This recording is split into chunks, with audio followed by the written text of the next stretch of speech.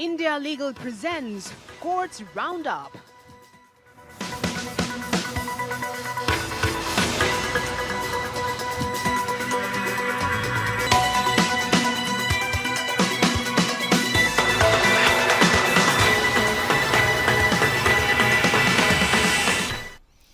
नमस्कार बहुत स्वागत है आपका। मैं हूं आपके साथ नेहा दुबे। इस बुलेटिन में अगले आधे घंटे हम आपको कोर्ट से जुड़ी तमाम छोटी बड़ी खबरों से करवाएंगे रूबरू। कोर्ट की कार्रवाई और सुप्रीम कोर्ट से लेकर हाई कोर्ट से लो कोर्ट तक के फैसलों को रखेंगे आपके सामने। आइए शुरू करते हैं courts roundup. India Legal presents Courts Roundup.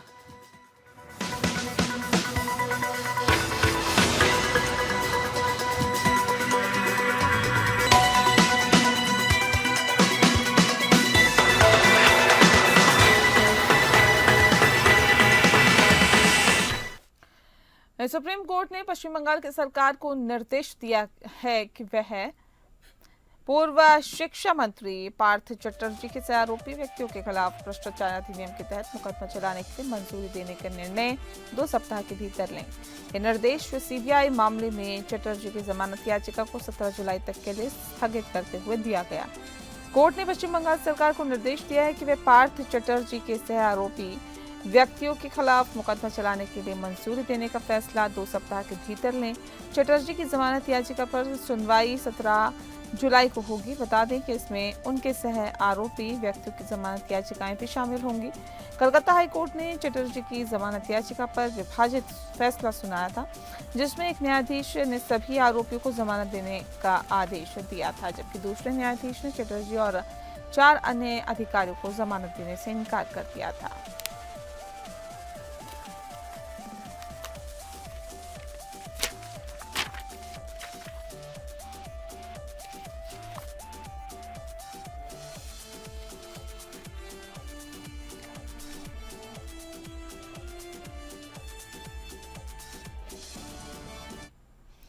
किसान आंदोलन के दौरान 2021 में आपको बता दें कि जिस तरह से लखीमपुर खीरी में हुई किसानों पर कथित तौर पर गाड़ी चढ़ाने के मामले में आरोपी आशीष मिश्रा की जमानत की शर्तों में सुप्रीम कोर्ट से राहत मिली है और सुप्रीम कोर्ट ने मिश्रा को राहत देते हुए प्रत्येक हफ्ते में एक रात और एक दिन लखीमपुर खीरी में जस्टिस सूर्यकांत की अध्यक्षता वाली बेंच में मिश्रा की अर्जी पर सुनवाई के दिए गए आदेश में कहा है कि शनिवार की शाम को लखीमपुर खीरी जाएंगे और रविवार शाम तक लखीमपुर खीरी छोड़ देंगे। इस दौरान वह कोई पब्लिक मीटिंग नहीं करेंगे और न ही किसी राजनीतिक गतिविधियों में शामिल होंगे। आशीष मिश्रा की तरफ से दलील दी गई है कि वह अपने परिजनों से भी मिल नहीं पा रही हैं और वह अपने बच्चों और परिवार के साथ समय बिताना चाहते हैं। आशीष मिश्रा के वकील ने आरोप लगाया कि दूसरे पक्ष के जो आरोपी हैं उनकी जमानत की शर्तों में ऐसा कुछ नहीं है, वो जमानत के बाद भी लखीमपुर में रह रहे हैं।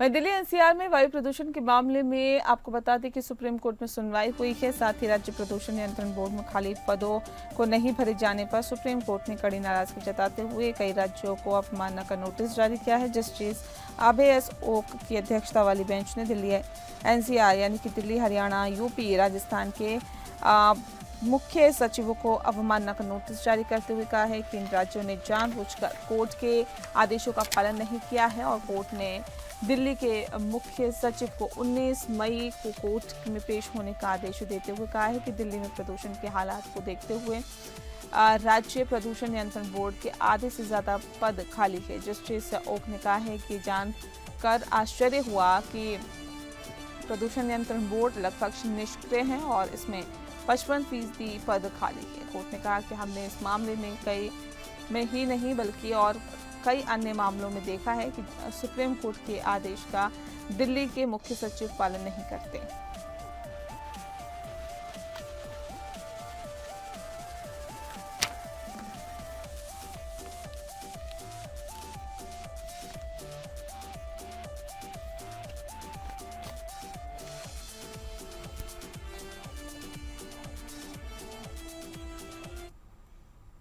अगली खबर का रुख करते हैं। वहीं सुप्रीम कोर्ट की 2 न्यायाधीशों की पीठ ने पूर्व एआईडीएमके मंत्री की पत्नी पी नल्लमल को अनुपातहीन संपत्ति मामले में बरी करने के संबंध में विभाजित फैसला सुना है। न्यायमूर्ति सुधांशु धुलिया ने आरोपी को शेष सजा काटने के लिए आत्मसमर्पण करने का निर्देश दिया है, जबकि न्यायमूर्ति एहसानुद्दीन अमानुल्लाह ने उनकी सजा को रद्द कर दिया। न्यायमूर्ति धुलिया ने कहा है कि आरोपी ने अपने पति को अपने नाम पर अवैध संपत्ति जमा करने में सक्रिय रूप से मदद की है। उन्होंने कहा है कि आरोपी के पति की आय को देखते हुए ये असंभव है कि वह अपने पति की आय के बारे में नहीं जानती थी। न्यायमूर्ति अमानुल्लाह ने कहा है कि आरोपी के खिलाफ अपराध को साबित करने के लिए पर्याप्त सबूत नहीं है। उन्होंने कहा कि जीवन और स्वतंत्रता को संदेह के आधार पर नहीं छीना जा सकता है। दोनों न्यायाधीशों ने अन्य अपीलों पर सहमति व्यक्त की है, लेकिन आरोपी की सजा के संबंध में विभाजित फैसला सुनाया है। अब ये मामला भारत के मुख्य न्यायाधीश के पास भेजा जाएगा।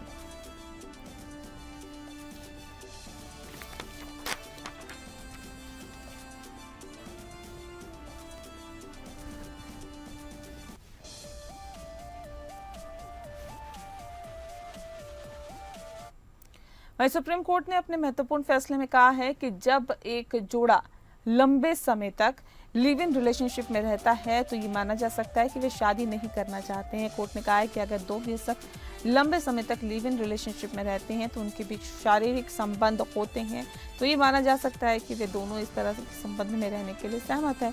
कोर्ट ने कहा कि अगर दो वयस्क लंबे समय तक लिव इन रिलेशनशिप में रहते हैं तो माना जा सकता है कि वे शादी का वादा नहीं चाहते हैं। कोर्ट ने कहा कि अगर शारीरिक संबंध लंबे समय तक चलते हैं तो कोई शिकायत नहीं होती तो ये माना जा सकता है कि दोनों पक्ष सहमत भी हैं। कोर्ट ने कहा है कि लिव इन रिलेशनशिप की प्रवृत्ति बढ़ रही है क्योंकि महिलाएं आर्थिक रूप से स्वतंत्र हो रही है और अपने जीवन के बारे में फैसला लेने में सक्षम है। कोर्ट ने कहा कि इस मामले में दोनों पक्षों के बीच लंबे समय तक लिव इन रिलेशनशिप रहा और शारीरिक संबंध हुए, इसीलिए माना जा सकता है कि उनके बीच वैध सहमति है। कोर्ट ने आपराधिक कार्रवाई को कानूनी प्रक्रिया का दुरुपयोग माना और इसे रद्द कर दिया।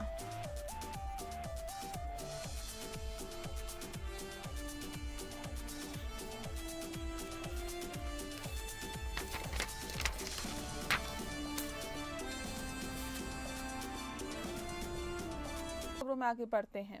सुप्रीम कोर्ट और सीजीआई के बारे में आपको बता दें कि जिस तरह से सांसद निशिकांत दुबे के द्वारा दिए गए विवादित बयान को लेकर दाखिल याचिका पर सुप्रीम कोर्ट ने जारी किया अपना आदेश। सीजीआई जस्टिस संजीव खन्ना को अध्यक्षता वाली बेंच ने अपने फैसले में निशिकांत दुबे के बयानों को गैर जिम्मेदाराना माना और लेकिन उनका बयान अवमानना की कार्रवाई के योग्य नहीं माना है और कोर्ट ने विस्तृत आदेश में बीजेपी सांसद निशिकांत दुबे की टिप्पणी को बेहद गैर जिम्मेदाराना और ध्यान आकर्षित करने की प्रवृत्ति वाला करार दिया है। कोर्ट ने अवमानना कार्रवाई शुरू करने से इनकार करते हुए कहा कि अदालतें फूलों की तरह नाजुक नहीं है जो इस तरह के हास्यास्पद बयानों के असर से मुरझा जाए।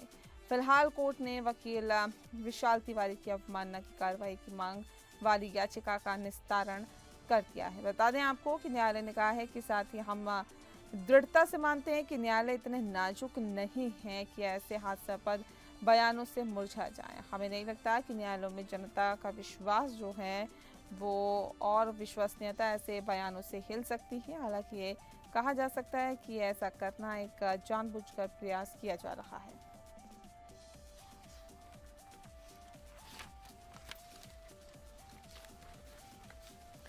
न्यायालय ने कहा है कि हर अवमाननापूर्ण बयान के लिए सजा नहीं दी जानी चाहिए क्योंकि न्यायाधीश विवेकशील होते हैं, उनकी बहादुरी अहिंसक होती है और उनकी बुद्धिमत्ता मूल्यों की बौछारों से सक्रिय होती है जिसमें व्यक्तिगत सुरक्षा सबसे कम है। न्यायालय ने कहा कि अगर न्यायालय मूल्य जैसे स्वतंत्र प्रेस, निष्पक्ष मुकदमा न्याय का निडरता और सामुदायिक स्वास्थ्य में बहुत विश्वास करते हैं।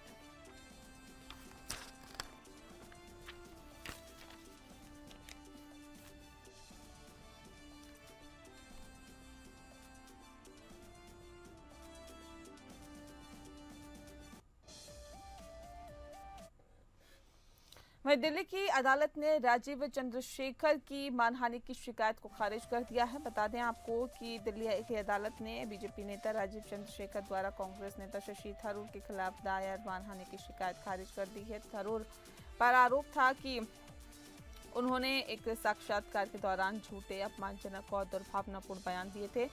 चंद्रशेखर ने आरोप लगाया था कि थरूर ने जानबूझकर और बिना सबूत के उनके खिलाफ बयान दिए थे। उनके जिससे कि उनकी प्रतिष्ठा को नुकसान पहुंचे। हालांकि अदालत ने पाया कि थरूर ने कोई भी अपमानजनक बयान नहीं दिया था और उनका बयान पूरे संदर्भ में देखा जाना चाहिए। अदालत ने कहा कि किसी भी बयान को पूरे संदर्भ में देखा जाना चाहिए, उनके अर्थ को अलग अलग तरीके से नहीं समझा जाना चाहिए। अदालत ने पाया कि थरूर के बयान में कोई भी अपमानजनक बात नहीं थी और उन्होंने किसी भी व्यक्ति या पार्टी का आरोप उस पर नहीं लगाया था। अदालत ने कहा कि समाचार चैनल ने साक्षात्कार को 2 अलग अलग भागों में प्रसारित किया था, जिससे संदर्भ का महत्व कम हो गया था और अदालत ने पाया कि शशि थरूर के बयान में कोई भी मानहानि का आरोप नहीं था और उन्होंने किसी भी व्यक्ति या पार्टी को बदनाम नहीं किया था।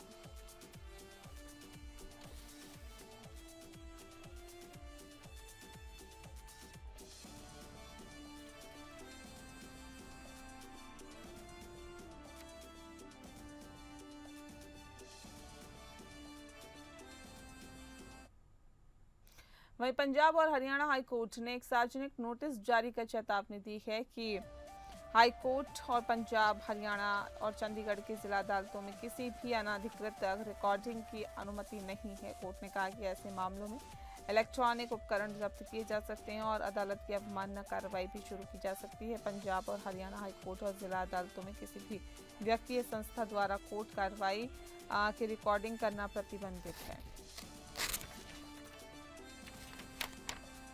यदि कोई व्यक्ति या संस्था इस आदेश का उल्लंघन करती है तो संबंधित अदालत द्वारा उचित कार्रवाई की जा सकती है, जिसमें इलेक्ट्रॉनिक उपकरण जब्त करना और अदालत की अवमानना की कार्रवाई शुरू करना शामिल है।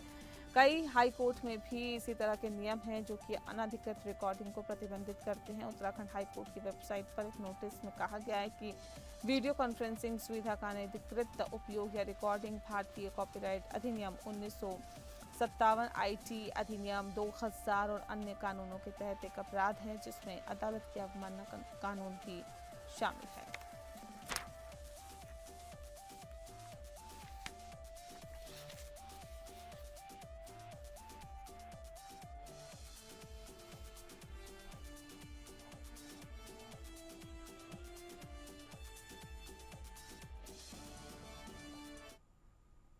उच्च न्यायालयों में रिक्त पदों के बारे में चिंता व्यक्त करते हुए बता दें आपको कि सुप्रीम कोर्ट ने गुरुवार को कहा है कि केंद्र सरकार को न्यायाधीशों की नियुक्ति के लिए कॉलेजियम द्वारा की गई सिफारिशों को बिना देर किए मंजूरी देनी चाहिए। जस्टिस अभय एस ओका और जस्टिस उज्ज्वल बयान की पीठ ने अपने आदेश में कहा है कि केंद्र सरकार को यह सुनिश्चित करने की आवश्यकता है कि उच्चतम न्यायालय कॉलेजियम द्वारा न्यायाधीशों की नियुक्ति के लिए की गई सिफारिश को शीघ्रता से मंजूरी दी जाए।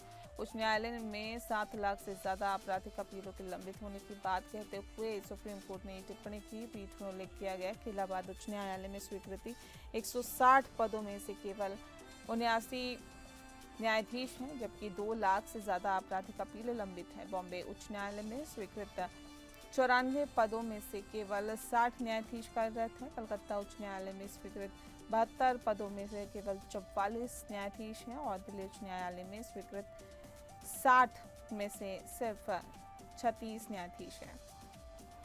पीठ ने उच्चतम न्यायालय द्वारा प्रकाशित हाल के आंकड़ों का उल्लेख किया है, जिसमें दिखाया गया है कि नवंबर 2022 से उच्चतम न्यायालय कॉलेजियम द्वारा की गई 29 सिफारिशें केंद्र के पास लंबित हैं। इनमें से 4 सिफारिशें 2023 की और 13 सिफारिशें 2024 की और 12 सिफारिशें 2025 की है।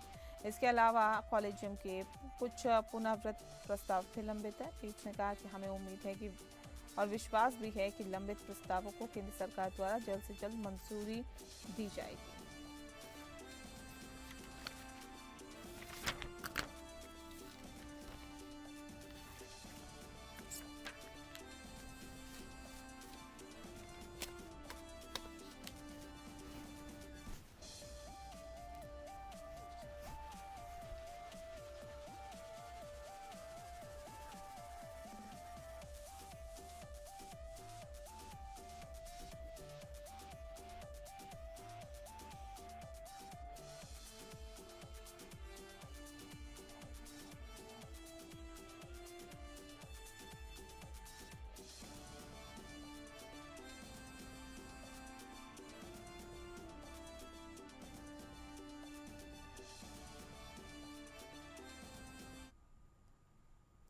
वहीं सुप्रीम कोर्ट ने कहा है कि विजय मदन लाल चौधरी बनाम भारत संघ मामले में जुलाई 2022 जी हाँ 2022 के अपने फैसले के खिलाफ समीक्षा याचिकाएं जिसमें मनी लॉन्ड्रिंग अधिनियम के प्रावधानों की वैधता को बरकरार रखा गया था।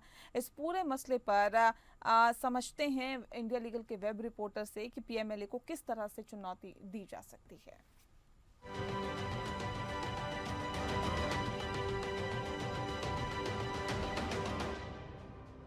एक बड़े फैसले में सुप्रीम कोर्ट ने अपने 2022 के judgement Vijay Madan Lal Chaudhary versus Union of India पर दोबारा विचार करने के लिए हाँ कर दी है। इस जजमेंट ने prevention of money laundering act PMLA के कई महत्वपूर्ण प्रोविजंस को अपहोल्ड किया था।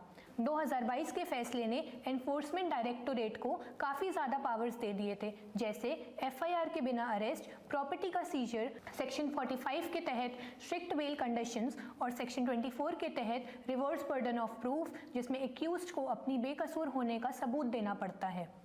अगस्त 2022 में कोर्ट ने 2 मुद्दों पर रिव्यू नोटिस जारी किया।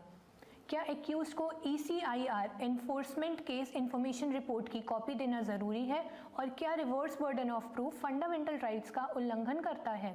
मई 7, 2025 को लेटेस्ट हियरिंग हुई जहां जस्टिस सूर्यकांत, उज्जवल भुयन और N कोटेश्वर सिंह ने आर्ग्यूमेंट सुने। अगली हियरिंग 6 और 7 अगस्त 2025 को होगी। कोर्ट ने सभी पार्टीज को ड्राफ्ट इश्यूज फाइल करने को कहा है। ये रिव्यू इंडिया के मनी लॉन्ड्रिंग कानून में स्टेट पावर और इंडिविजुअल लिबर्टी के बीच का संतुलन फिर से डिफाइन कर सकता है। Do follow us for more such legal updates.